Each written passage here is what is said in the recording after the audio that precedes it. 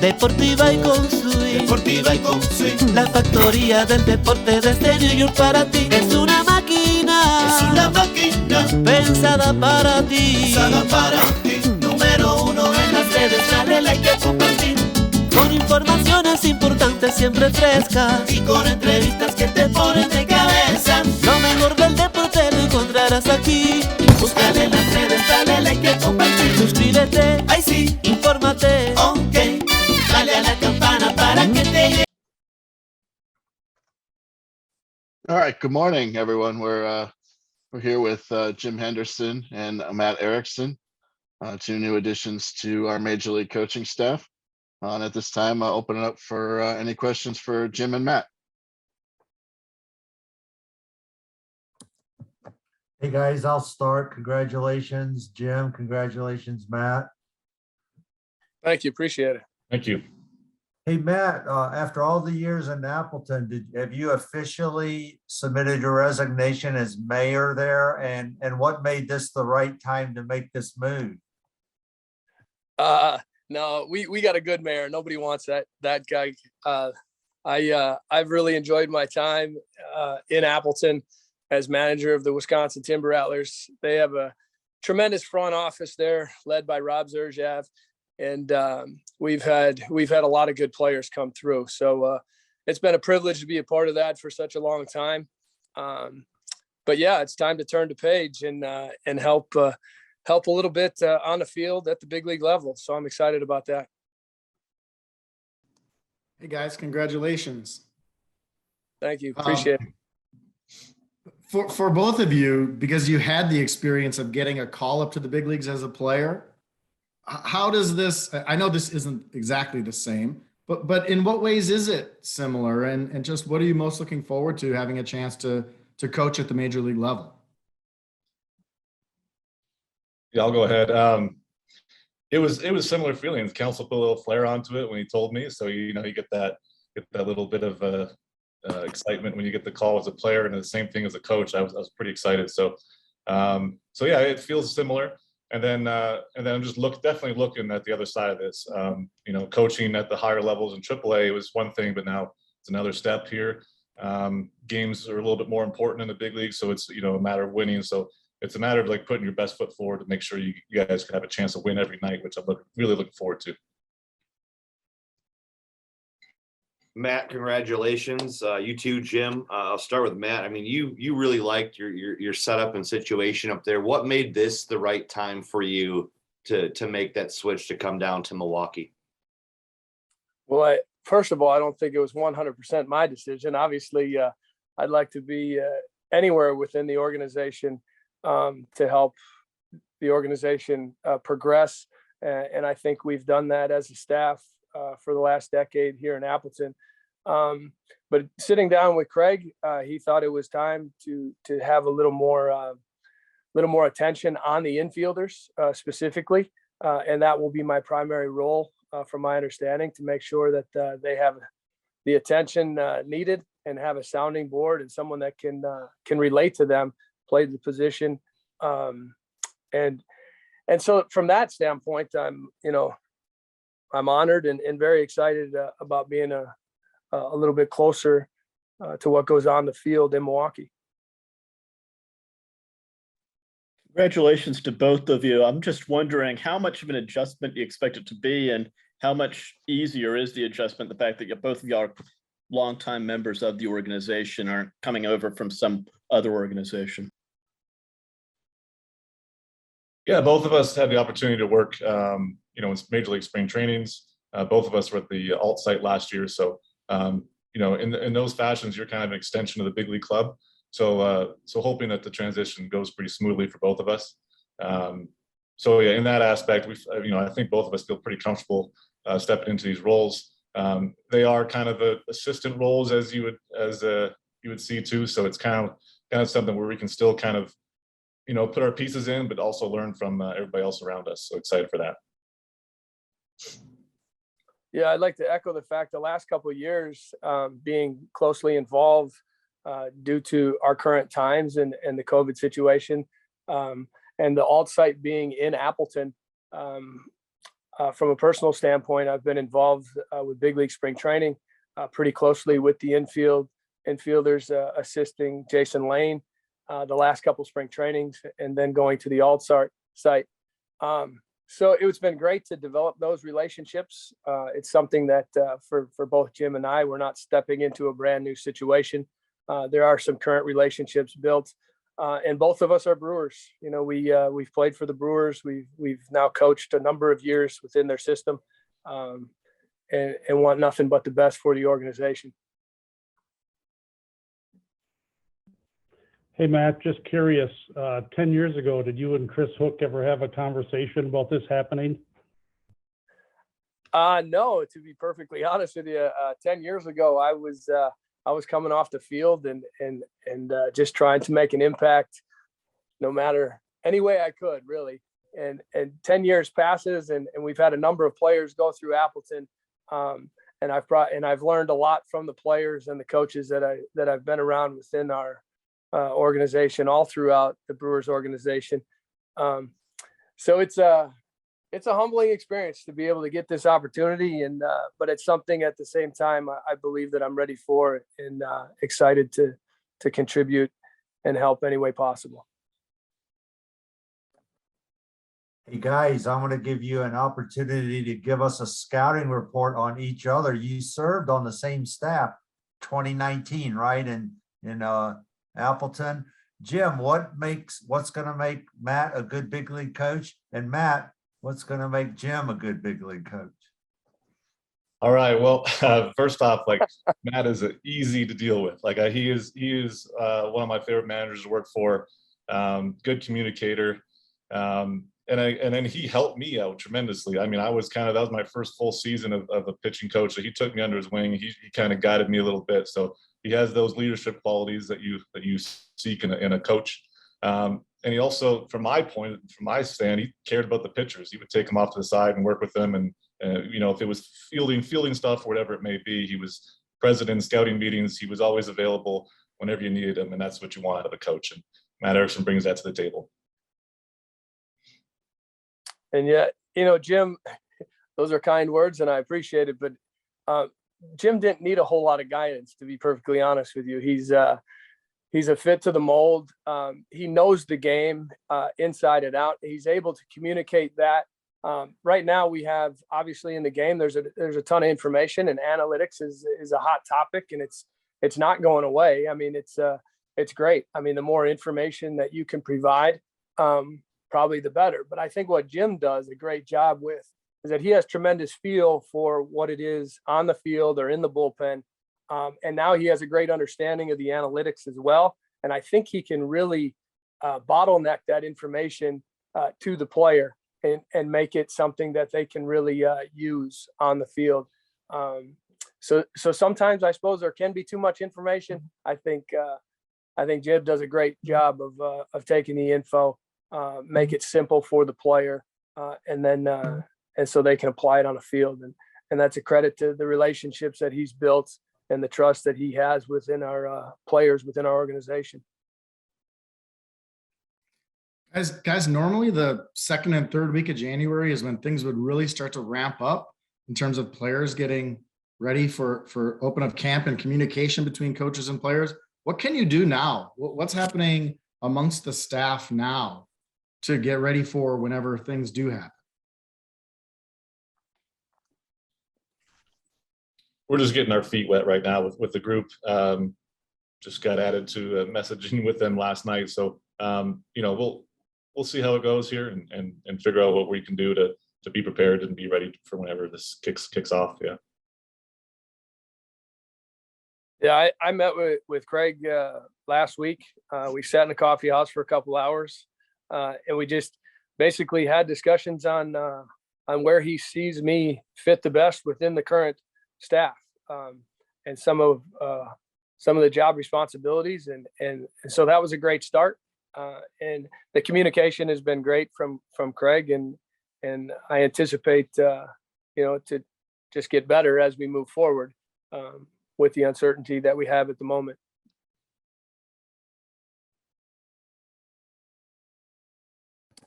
Hey, Matt, I know Appleton's not that far away, but I'm assuming you won't be commuting from Appleton to Milwaukee for every game. Or are you moving down here? And like, do you have kids? I'm sorry, I apologize for not knowing your family situation.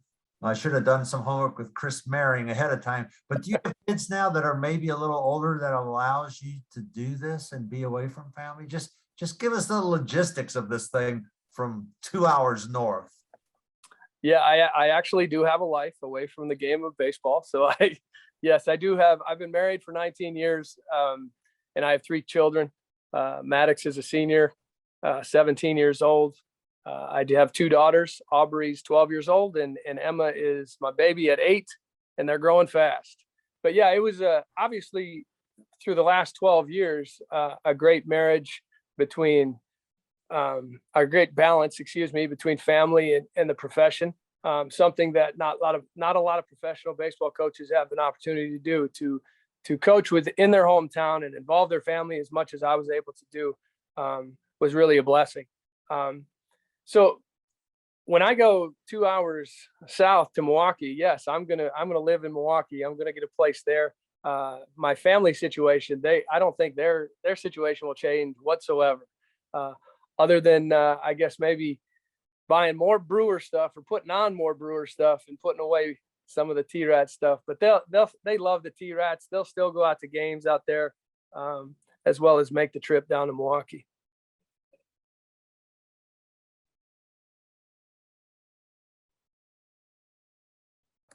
Hey, Jim, how much smarter is a bullpen coach when Devin Williams is the setup guy and Josh Hader's the closer?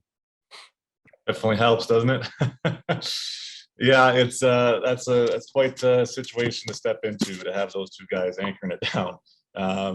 You work from the back end, backwards, to the first guys who come in after the starters. So great to have those guys back there to hold it down. Looking forward to working with both of them. Had a chance, be around them in spring training and Devin a little bit throughout my minor league coaching career. So there's familiarity there, and looking forward to those guys to be leaders for the rest of the bullpen as well. On that same line, go ahead, Adam. I'll be quick. I think I counted 11 coaches on the staff now. We've seen staffs all across baseball get bigger and bigger with the rise of analytics. Have you, either of you, had any time to think about the benefits of having now these larger, very experienced staffs? I mean, you have a bullpen catcher, Jim, has a ton of managing experience, and Nestor. And have you thought about kind of the benefits of that, and maybe what the challenges are of the larger staffs?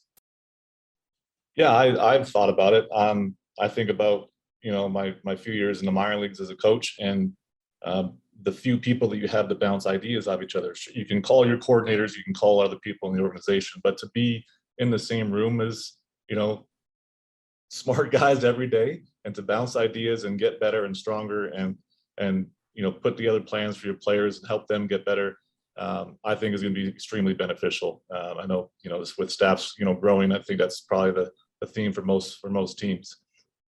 Challenges, you would expect just making sure you're all on the same page. And I think it starts with Craig and everybody else. And for me, Hook, and just a great communicators. Just from my time in spring training with them, when you talk, they listen. And when they talk, you listen. It's been a great relationship so far with that staff. Matt, going back to Tom's question to Jim about the talent in that bullpen, you look at the youth on the infield and the move for the Brewers to get better defensively. I think we saw that last year. Colton Wong coming in, what he can bring at second. What's the plan, at least initially, to work with those guys and continue to climb up that defensive leaderboard? Yeah, it's obviously a very talented group, and a group that I got to see firsthand in spring training last year. Obviously, I haven't had a chance to meet Willie Adames yet, but for the most part, I've had a chance to work or talk with all of the guys on the roster. So yeah, Craig talks about it a lot, the run prevention unit, and I think taking care of the baseball is a big part of that, obviously. And so they're physically talented. I think the goal is to make sure that we develop, routines that are repeatable, efficient, and that help us be as consistent as possible. And from a mentality standpoint, I think that's where the challenge becomes. I think with a high level athlete, you just try to get them to stay engaged as much as possible, and make sure that every 15 seconds they're using that pre-pitch to gather information, and to be ready to anticipate before the ball is put in play. And I think if we can do that collectively, we put ourselves in a great chance of making the routine play.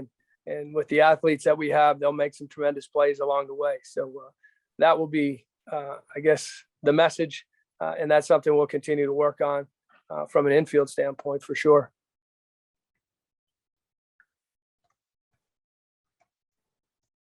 Hey, Jim, I was wondering how much your story, I forget how old you were as a rookie in the major leagues, but I think pushing 30, right?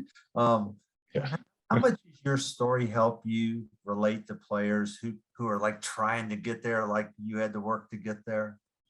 Yeah, if you go back in this interview, I was actually a player with Erickson as the hitting coach and Hook as the pitching coach in Appleton. So, 10 years ago, I was with those guys and grinding my way through it. So it was a long journey. I talked to guys about it. Triple-A was really a good experience for me to like kind of talk about these guys trying to break through and maybe the struggles and challenges they're facing. It was really good to relate with them there.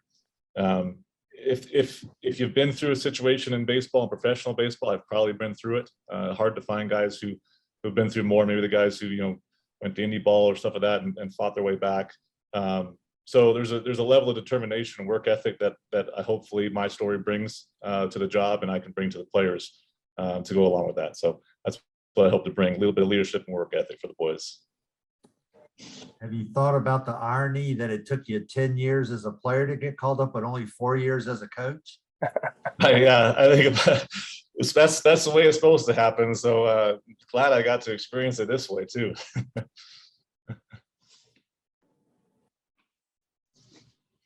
Anything else? Yeah, Matt, kind of on that same line, after the number of in Appleton, was there ever any year or situation where you said, man, I don't know if this is in the end game or in the end scheme of things here for you? Was there any thoughts of that when you were with the Timber Rattlers about, man, I don't know if I could do this?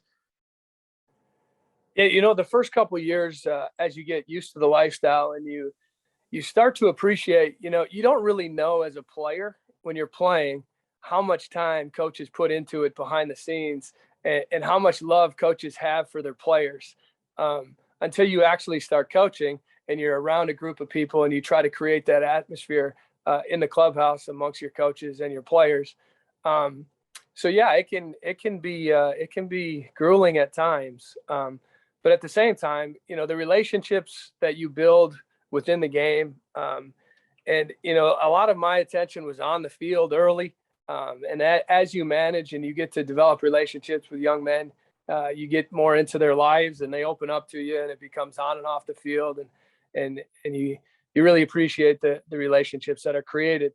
And that's what kind of draws me year to year to want to be a part of it, obviously, and doing it in a game that we all love. So yeah, I don't think it ever really got stale. I think people ask that question a lot of me, spending so much time in Appleton. But each year you had a different roster, you had a different challenge, you had different personalities, and you tried to do it a little bit better each year. And so I think the Brewers did a wonderful job with the communication with me, and I was able to be a part of some other things other than just managing the low A ball team. I did some advanced scouting. I was able to go to the big league staff and assist and help out at the end of some of the seasons. And then the last few years, be more involved in the preparation at spring training. So those building blocks, that development for me as a coach has really been a privilege and something that I think has helped me be ready for this moment right now.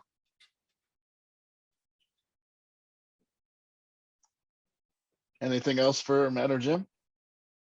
Yeah, one real quick one for Jim. Are you down here in the States or are you back up in Canada? And I only asked is it going to be tough to get, approved to come down and work with all this COVID goofiness? Or I'm actually on a 3-day drive from Canada down to Arizona right now. So I'm through the border, good to go. It's getting a little tight again up there, especially with just kind of they're locking down a few more things up there, but the borders remained open. I was able to go up last season as well, or during the pandemic year, sorry. They just had to do the 2-week quarantine and everything, but worth it to see some family and get back to the homeland. But for essential travel for work, you're allowed to come and go. So I'm fortunate in that way. You'll get to Phoenix in time to see the Flames and Coyotes next week. Oh yeah, I plan on it. Hey, Jim, so which booming American metropolis are you talking to us from today? How far on your drive are you? I'm in the big town of Ely, Nevada. Probably never heard of it. I think there's a state prison here. That's the booming of the town. So yeah. Do you know what they say about when you go? Don't pick up any hitchhikers now. There's a state prison. That's right. Yeah, I'm just gonna cruise on through. The loneliest road in America. That's what they call Ely. Really? Yeah. Yeah. I actually enjoy it. You throw on some music or something, a video, and you got nobody on the roads to bother you, so you just fly. All right. Thanks, Jim. Thanks, Matt, for your time today. And thanks, everyone, for joining. Appreciate it. Congratulations, guys. Thank you. Congrats, guys. Thank you. Thanks, guys. Thanks. Daniel Batista, el más duro, la máquina deportiva. Tu maldita edad, O'Neill, va a seguir.